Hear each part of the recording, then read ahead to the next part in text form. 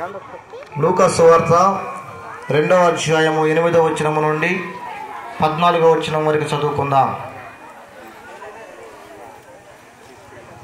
చిన్న ప్రార్థన చేసుకుందాం. పరిశుద్ధుడైన తండ్రి, రాత్రి వేళ తమ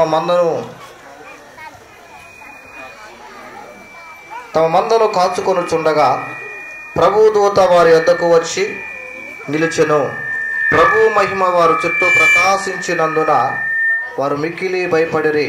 అయితే ఆ దూత, భయపడుకుడి, ఇదిగో ప్రజలందరికీ కలుగబో మహా సంతోషకరమైన సువర్తమానము నేను మీకు తెలియజేయుచున్నాను. దావీదు పట్టణమందు నేడు రక్షకుడు మీ కొరకు పుట్టి ఉన్నాడు.